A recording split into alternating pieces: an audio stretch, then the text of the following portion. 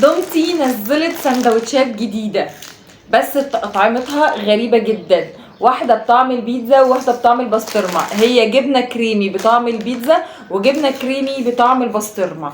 عايزين بقى المفروض ان هي حجم اكبر وحشوة اكتر. تمام، فخلونا نشوف ايه الفرق ما بينهم والطعم ده هيكون عامل ايه. الواحد فيهم كان عامل 10 جنيه.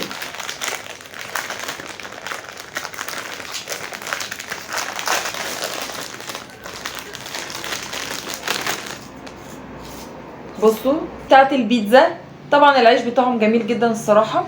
الحشوه انا حاسه ان في حاجه جوه، فتعالوا نفتحها كده ونشوف.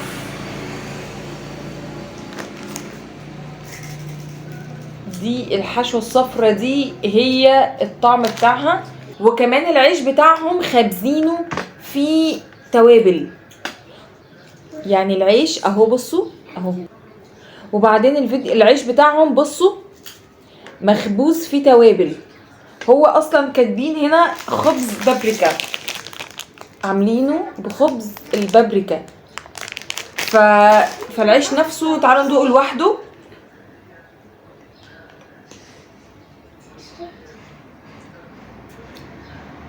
حلو عادي. تعالوا بقى ندوق الحشوه. المفروض دي بطعم البيتزا.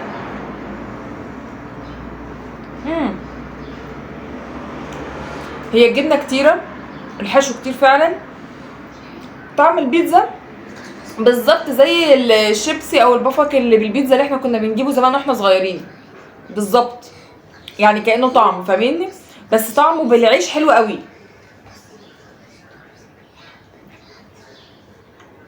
حلو قوي، حلو جدا. طب تعالوا بقى نشوف البسطرمه، لان انا من عشاق البسطرمه. التوابل اللي في العيش دي مع الجبنه خطيره.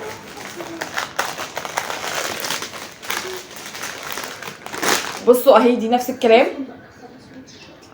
تمام، برضو لو تلاحظوا اهي هتلاقوا التوابل موجوده في العيش من بره باينه اهي. تمام، تعالوا بقى ايه.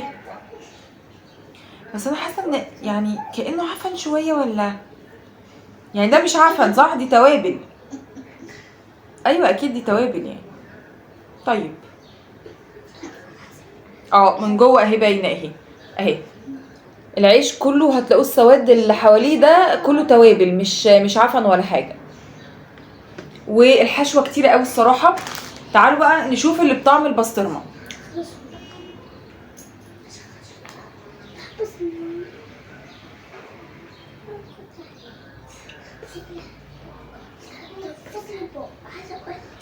طعمها احلى من البيتزا، طعمها اوقع كتير من طعم البيتزا. يعني انا حاسه اللي بالبسطرمه طعمها احلى، والعيش بتاعها احلى كمان. بس هو نفس التتبيله بس زايدين شويه توابل هنا، والخبزه بتاعتها احلى.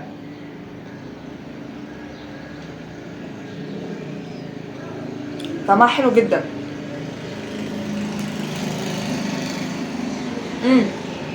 حشوه كتير،